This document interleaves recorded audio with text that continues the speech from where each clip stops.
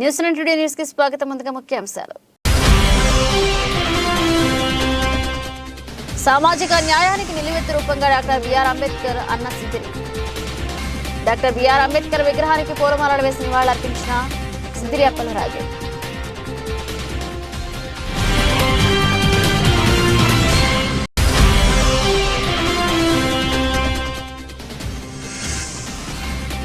ముప్పై 38వ రోజుకు చేరుకున్న అంగన్వాడీలు చేపట్టిన సమ్మె.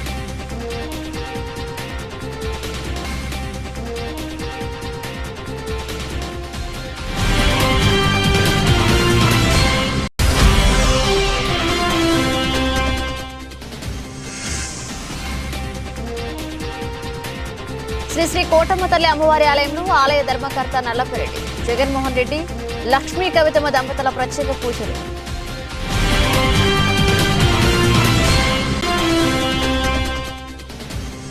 శ్రీనిజ రాజలక్ష్మి అనే బాలికకు శ్రీరామసేన అధ్యక్షుడు కొడవలు హరీష్ రెడ్డి, మహిళా సభ్యురాలు మల్లపు కస్తూరి సమక్షంలో ఆన్లైన్ 15,000 రూపాయల ఆర్థిక సాయం.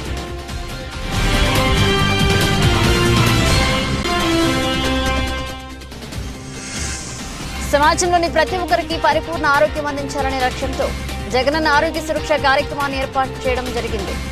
ఎంపీడీఓ గోపీనాథ్.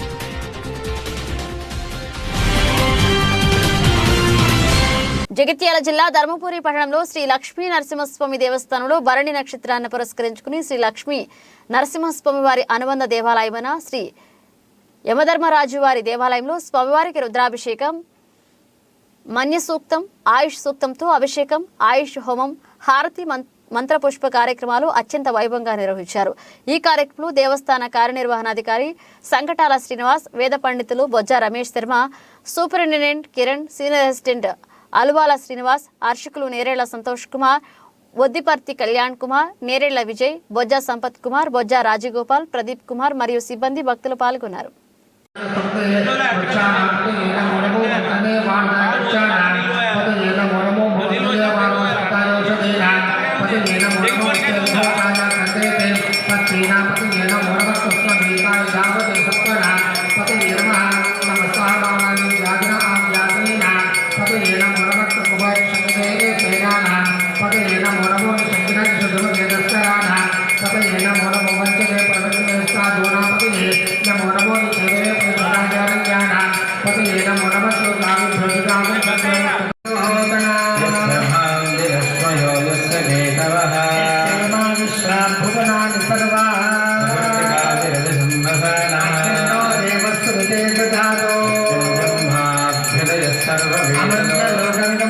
జగిత్యాల మండలం రాయికల్లు, బీర్పూర్ మరియు మెట్పల్లిలో మండలాల్లో జిల్లాలో వ్యవసాయ బావుల వద్ద విద్యుత్ మోటార్ల దొంగతనాలకు పాల్పడుతున్న నిర్మల్ జిల్లా కడెం మండలం పెద్దూరుకు చెందిన చిన్నమనేని మహేష్, బసగుట్ట నవీన్లను అరెస్ట్ చేసి రిమాండ్కు తరలించినట్లుగా జిల్లా అదనపు ఎస్పీ ప్రభాకర్ రావు తెలిపారు.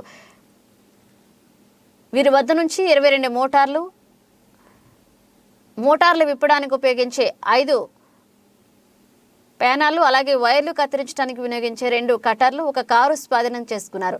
ఈ కార్యక్రమంలో DSP Venkataswamy, rural C Arif Alikhan, SI సుధాకర్లు, పోలీస్ సిబ్బంది పాల్గొన్నారు.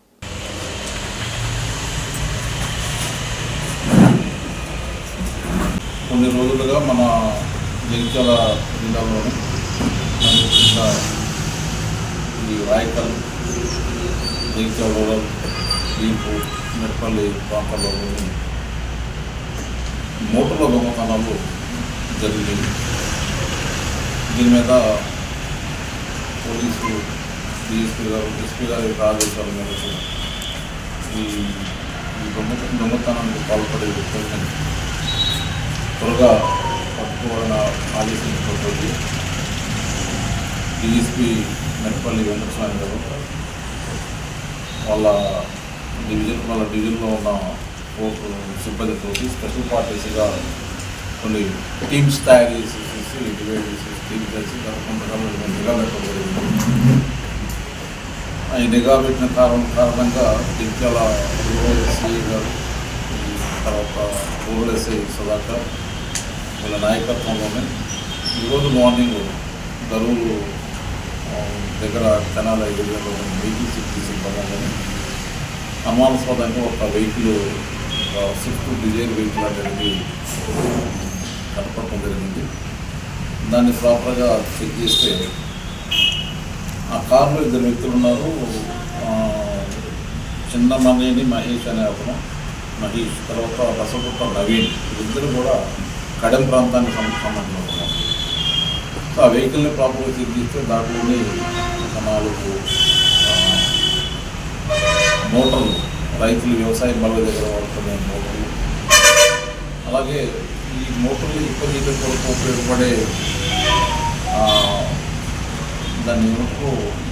లోక్ నాయక్ ఫౌండేషన్ ఆధ్వర్యంలో ఈ నెల 20వ తేదీన ఋషికొండ ఏవెన్ గ్రాండ్ లో ఎన్టీఆర్ 28వ పుణ్యతిథి ఏఎన్ఆర్ శత జయంతి కార్యక్రమాలు నిర్వహించనున్నట్లుగా ఫౌండేషన్ వ్యవస్థాపక అధ్యక్షులు ఆచార్య యార్లగడ్డ లక్ష్మీప్రసాద్ తెలిపారు. ఈ మేరకు ఆయన ఏయూ హిందీ భవనంలో విలేకరుల సమావేశాన్ని ఏర్పాటు చేసి వివరాలు తెలిపారు. ఈ కార్యక్రమానికి ముఖ్య అతిథిగా సినీ నటుడు మాజీ కేంద్ర మంత్రి చిరంజీవి విచ్చేస్తున్నట్లుగా ఆయన తెలిపారు. అలాగే పురస్కార గ్రహీతగా ప్రముఖ నవల రచయిత ఎండమూరి వీరేంద్రనాథ్ని ఎంపిక చేస్తున్నట్లుగా ఆయన పేర్కొన్నారు. నటుడు ఎమ్మెల్యే బాలకృష్ణ జూనియర్ ఎన్టీఆర్ ఫ్లెక్సీలపై వ్యవహరించిన తీరుపై కొంతమంది విలేకరులు అడిగిన ప్రశ్నకు ఆయన సమాధానమిస్తూ జూనియర్ ఎన్టీఆర్ ఆకాశానున్నాడని, ఆయనపై ఉమ్మితే అది వారిపైనే పడుతుందని సమాధానమిచ్చారు. అలాగే సీఎం జగన్మోహన్ రెడ్డిని హీరో అంటూ సంబోధించారు.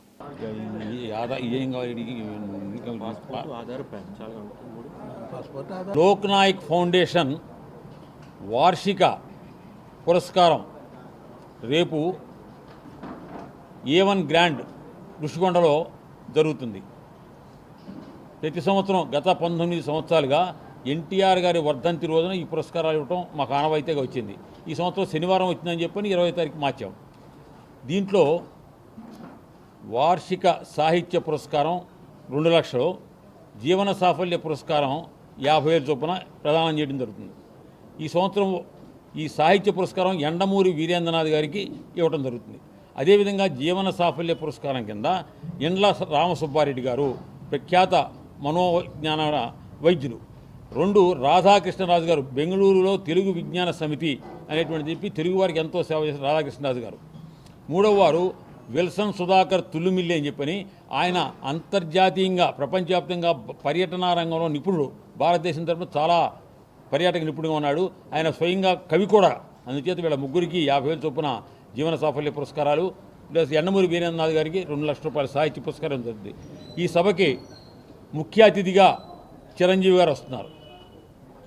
అధ్యక్షులుగా ఆకుల శేషాయి గారు, హైకోర్టులో ఉన్నటువంటి చాలా సీనియర్ న్యాయమూర్తులు ఆయన.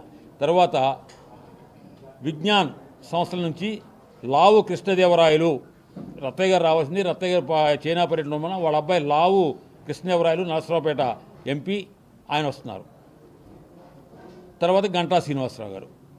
రేపు ఉదయం 10:30కి A1 గ్రాండ్లో ఈ సమావేశం జరుగుతుంది. దయచేసి అందరూ రావాల్సిందిగా కోరుతాం. ఇన్విటేషన్ కార్డులో 2వ పేజీలో ఉన్నాయి గతంలో ఎవరెవరికి ఇచ్చామనేది. ఎక్కడా కూడా ఆగకుండా ప్రతి సంవత్సరం ఎన్టీ రామారావుని వర్ధంతి చేస్తున్నటువంటి ఏకైక సంస్థ మాది. ఎన్టీ రామారావు వర్ధంతి, అదేవిధంగా నాకు ఇష్టమైనటువంటి ప్రియమైనటువంటి కవి హరివంశరాయ్ బచ్చన్ గారు, అమితాబ్ బచ్చన్ గారి తండ్రి. అమితాబ్ బచ్చన్ గారు ఇంకా సినిమాలో ప్రవేశించకముందే హరివంశరాయ్ బచ్చన్ గారితో నాకు సంబంధాలు ఉండేవి, ఉత్తర ప్రత్యుత్తరాలు ఉండేవి. ఆయన హిందీలో హాలావాదం అనేటువంటి దానికి ప్రవర్తకుడు. ఆయన మధుశాల, మధుబాల, సతరంగిణి, మధుకలశ అనేటువంటి కావ్యాలు రాశారైన ప్రముఖ హిందీ కవి హరివంశరాయ్ బచ్చన్ గారు. వాళ్ళిద్దరు వర్ధంతి జనవరి 18 అవడంతో గత 19 సంవత్సరాలుగా ఈ 18వ తారీఖున వారిని గుర్తు చేసుకుంటూ ఈ పురస్కారాలు ఇవ్వడం జరుగుతుంది. ఎండమూరి వీరేంద్రనాథ్ గారు ఒక 5 దశాబ్దులు అంటే ఒక 50 సంవత్సరాల పాటు ఈయన ఏం రాస్తాడు కొత్త నవల అనేటువంటి చేసిన మనిషి. అంతేకాకుండా యువతలో పఠనాశక్తిని పెంచినటువంటి రచయిత ఆయన తులసి దళం అనేటువంటి ఒక నవల మొదలుపెడితే, సీరియల్ మొదలుపెడితే ఆంధ్రభూమిలో అంతకుముందు 10,000 సర్క్యులేషన్ అలా 1,00,000 సర్క్యులేషన్ పెరిగిపోయింది ఒక్క సీరియల్తో. అంతేకాకుండా ఆయన విజయానికి 5 మెట్లు అనేటువంటి పుస్తకం రాస్తే అది 3 కోట్ల రూపాయల అమ్మకాలు జరిగినాయి. అట్లా తెలుగువారికి ఒక గౌరవాన్ని తెచ్చినటువంటి నవలా రచయితగా గౌరవం తెచ్చిన వాళ్ళు ఎండమూరి వీరేంద్రనాథ్. ఆ తరంలో చాలా గొప్పవాడు. ఇద్దరు యార్లగడ్డ శివరామప్రసాద్ గారు ఏమండి.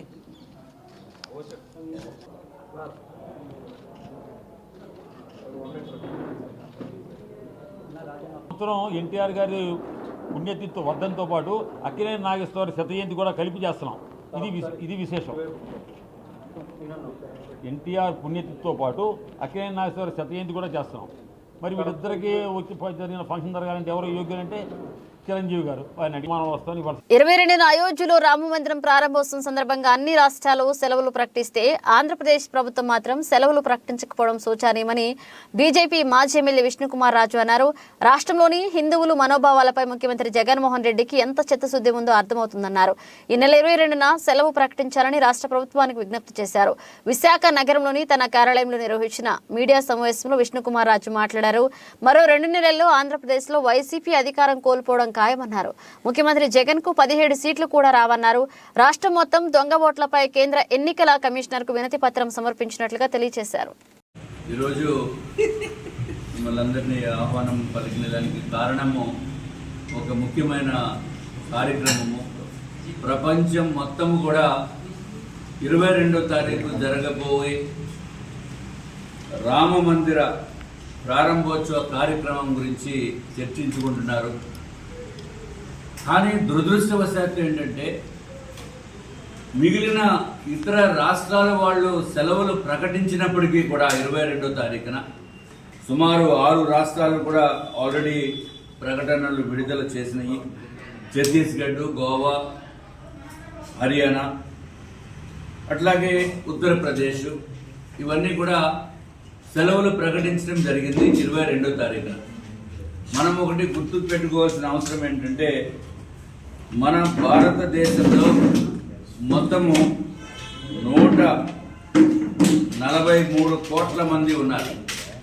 దాంట్లో మన ఆంధ్ర రాష్ట్రంలో అయితే 9,46,00,000 మంది ఉన్నారు. దీంట్లో హిందువులు 2011 సెన్సస్ ప్రకారము 90.87%. జగన్మోహన్ రెడ్డి గారు ఒకసారి గుర్తుంచుకోండి, 90.87% హిందువులు ఉన్నారు. ముస్లిమ్స్ 7.32% ఉన్నారు. క్రిస్టియన్స్ 1.38% ఉన్నారు. అంటే హిందువుల మనోభావాల్ని కాపాడవలసిన బాధ్యత ఈ నియంతృత్వ పాలన పరిపాలిస్తున్న జగన్మోహన్ రెడ్డి గారికి ఉంది అని మరి ఒక్కసారి మీ ద్వారా వారికి విన్నవించుకుంటున్నాము. కాబట్టి తప్పనిసరిగా 22వ తారీఖున అంటే సోమవారము ఆఖరికి కేంద్ర ప్రభుత్వము కూడా హాఫ్ డే హాలిడే డిక్లేర్ చేసింది. ఉదయం నుంచి మధ్యాహ్నం 2:30 గంటల వరకు ఈ సెలవు ప్రకటించడం జరిగింది దేశం మొత్తం మీద. మరి జగన్మోహన్ రెడ్డి గారు మరి ఆంధ్ర రాష్ట్రంలో ఉన్న హిందువుల మనోభావాల్ని కూడా తగిన రీతిలో అర్థం చేసుకుని 22వ తారీఖున అన్ని స్కూల్స్కి ప్రభుత్వము సెలవు ప్రకటించవలసిందిగా మేము విజ్ఞప్తి చేస్తున్నాం. స్కూల్సే కాదు, మొత్తం కూడా ఆంధ్ర రాష్ట్రంలో హిందువుల మనోభావాల్ని దృష్టిలో పెట్టుకుని 22వ తారీఖున సెలవు ప్రకటించాలి అని చెప్పి మేము విజ్ఞప్తి చేస్తున్నాం. ఎందుకంటే మిమ్మల్ని డిమాండ్ చేస్తే మీరు తమ సమస్యలు పరిష్కరించాలని కోరుతూ అంగన్వాడీలు చేపట్టిన సమ్మె 38వ రోజుకు చేరుకుంది. సీఎం జగన్మోహన్ రెడ్డి విజయవాడలో 125 అడుగుల అంబేద్కర్ విగ్రహాన్ని ప్రారంభించి నివాళులర్పించనున్న నేపథ్యంలో శుక్రవారం ఉదయం దాబా గార్డెన్స్ ఎల్ఐసి బిల్డింగ్ వద్ద ఉన్న అంబేద్కర్ విగ్రహానికి అంగన్వాడీలు వినతి పత్రాన్ని సమర్పించారు. జగన్మోహన్ రెడ్డి ప్రజాస్వామ్యాన్ని గౌరవించమని చెప్పమని, తమ వేతనాలు పెంచాలని చెప్పమని అంబేద్కర్ విగ్రహాన్ని కోరామని ఏపీ అంగన్వాడీ వర్కర్లు అండ్ హెల్పర్లు యూనియన్ సిఐచు విశాఖ కమిటీ అధ్యక్షులు తులసి తెలిపారు. మన జగన్మోహన్ రెడ్డి గారు అంగన్వాడీ సమస్యలు అయితే పరిష్కరించే దిశగా ఏమీ కూడా ఆలోచించట్లేదు. ఈ రోజు విజయవాడలో నిలువెత్తు విగ్రహమైన చాలా పెద్ద విగ్రహాన్ని, అంబేద్కర్ విగ్రహాన్ని ప్రారంభిస్తున్నారు.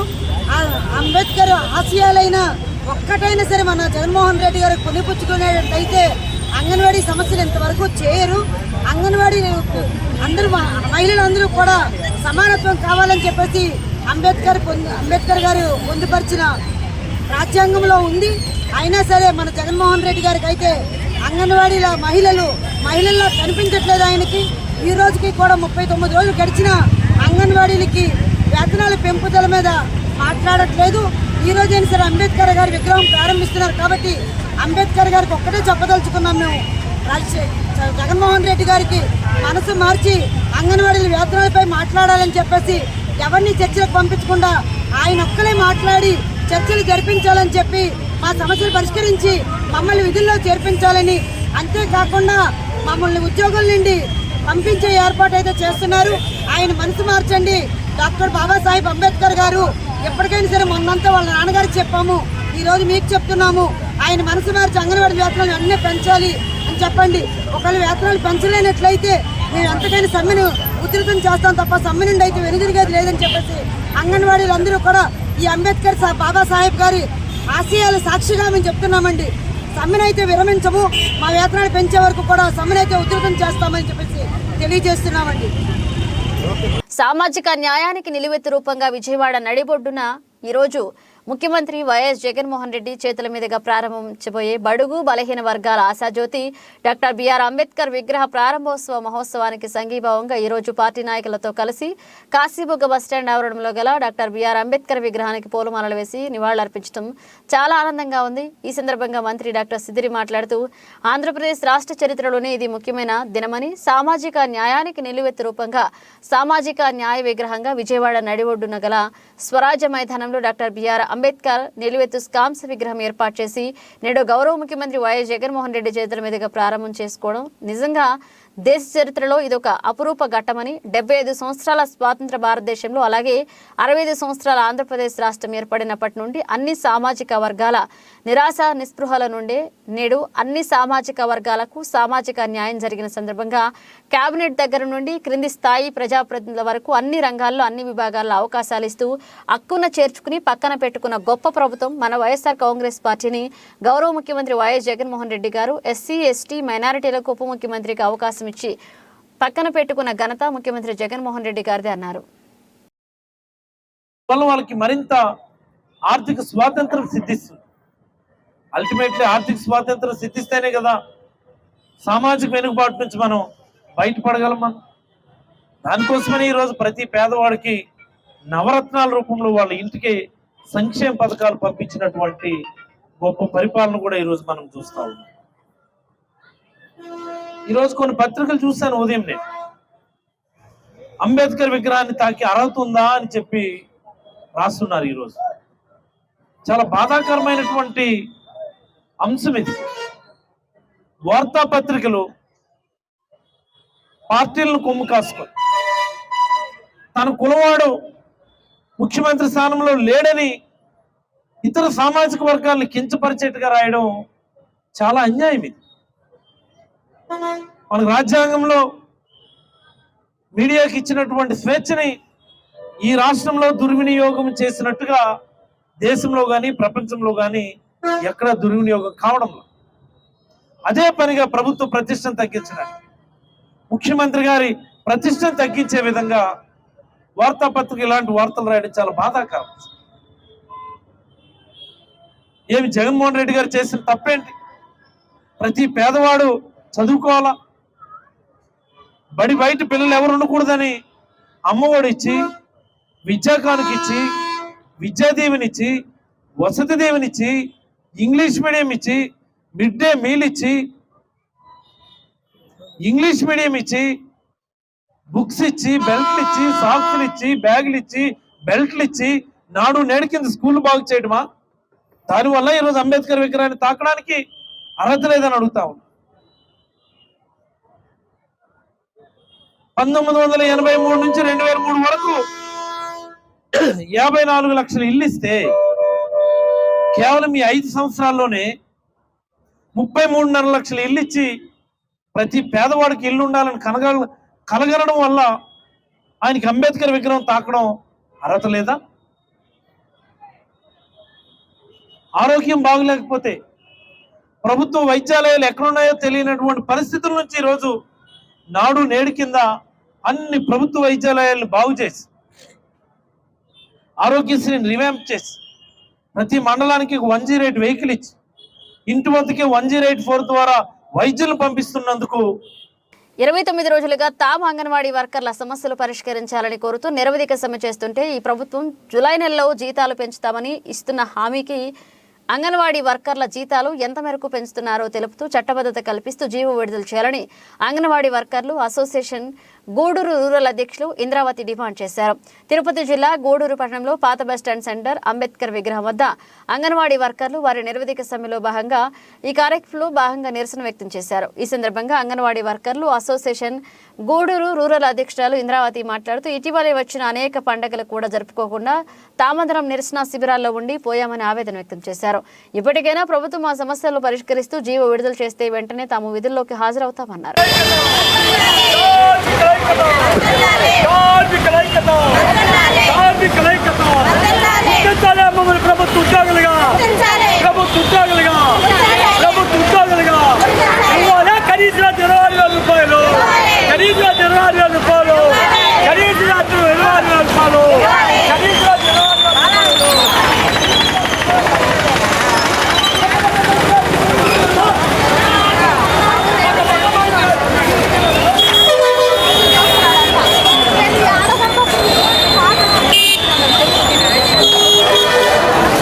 తిరుపతి జిల్లా కోట మండలం కోట పట్టణంలో వెలసిన శ్రీ శ్రీ కోటమ్మ తల్లి అమ్మవారి ఆలయంలో ఆలయ ధర్మకర్త నల్లపురెడ్డి జగన్మోహన్ రెడ్డి లక్ష్మీ కవితమ్మ దంపతులు ప్రత్యేక పూజలు చేసి అమ్మవారికి ప్రత్యేకంగా అలంకరించారు. భక్తులు అధిక సంఖ్యలో హాజరై అమ్మవారిని దర్శించుకున్నారు. ఈ సందర్భంగా ఆలయ ధర్మకర్త నల్లపురెడ్డి జగన్మోహన్ రెడ్డి ఆధ్వర్యంలో అమ్మవారి దర్శనార్థం ఆలయానికి వచ్చిన భక్తుల కోసం దాతృత్వంతో అన్నప్రసాద వినియోగ కార్యక్రమాన్ని నిర్వహించారు. ప్రతి శుక్రవారం నిర్వహిస్తున్న అన్నప్రసాద వినియోగ కార్యక్రమంలో భాగంగా ఈ శుక్రవారం హైదరాబాద్ కు చెందిన దివంగత డాక్టర్ తులసిరామ్ కుమార్తె మువ్వల సుజన చంద్రశేఖర్ దంపతులు ఉభయదాతలుగా వ్యవహరించారు. అమ్మవారి దర్శనార్థం ఆలయానికి వచ్చిన సుమారు 700 మందికి పైగా భక్తులు ఈ అన్నప్రసాదాన్ని సద్వినియోగం చేసుకున్నారు. అనంతరం ఆలయ సంప్రదాయం ప్రకారం జగన్మోహన్ రెడ్డి దంపతులు దాతలను కండువాలు అమ్మవారి పసుపు కుంకుమ సత్కరించి అయోధ్య శ్రీరాముని ప్రసాదాలను అందజేశారు.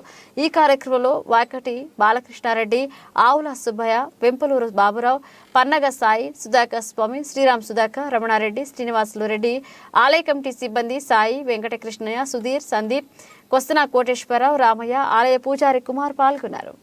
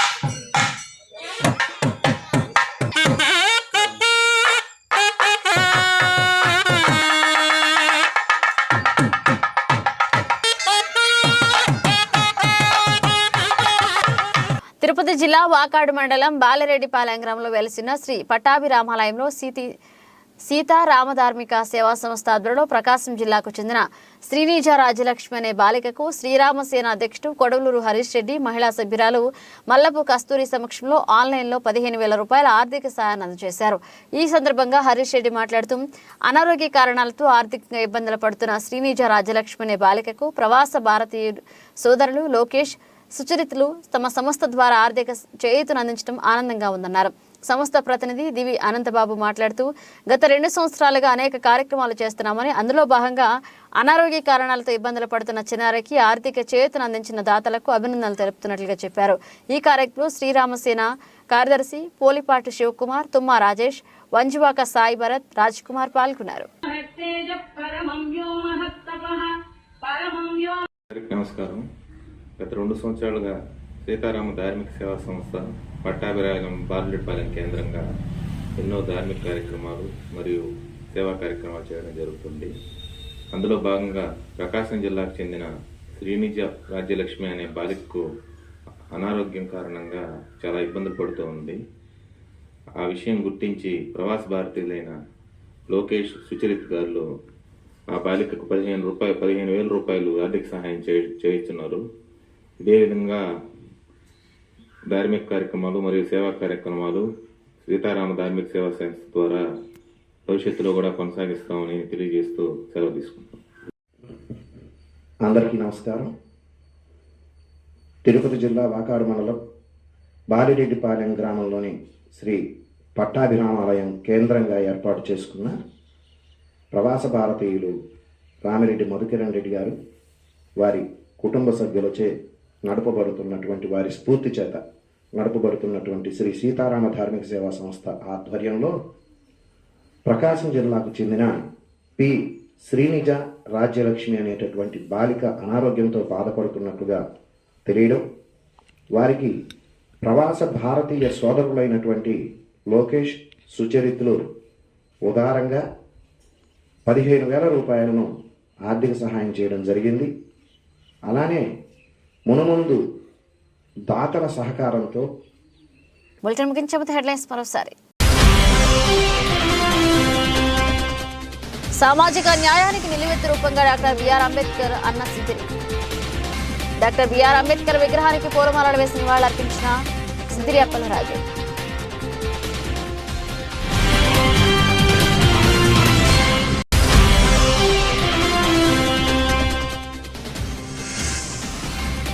ముప్పై 38వ రోజుకు చేరుకున్న అంగన్వాడీలు చేపట్టిన సమ్మె.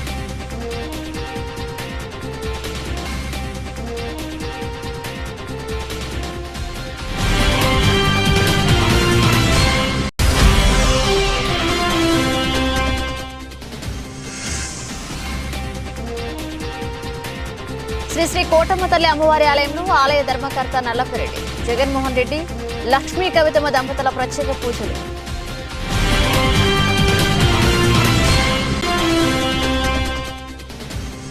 శ్రీనిజ రాజ్యలక్ష్మి అనే బాలికకు శ్రీరామసేన అధ్యక్షుడు కొడవూరు హరీష్ రెడ్డి, మహిళా సభ్యురాలు మల్లపు కస్తూరి సమక్షంలో ఆన్లైన్ 15,000 రూపాయల ఆర్థిక సాయం.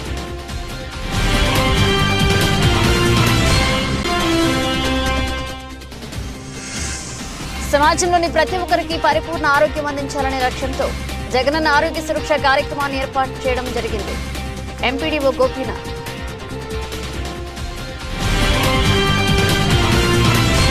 ఇవి ఇప్పుడు అప్డేట్స్. మన అప్డేట్స్తో మళ్ళీ కలుద్దాం.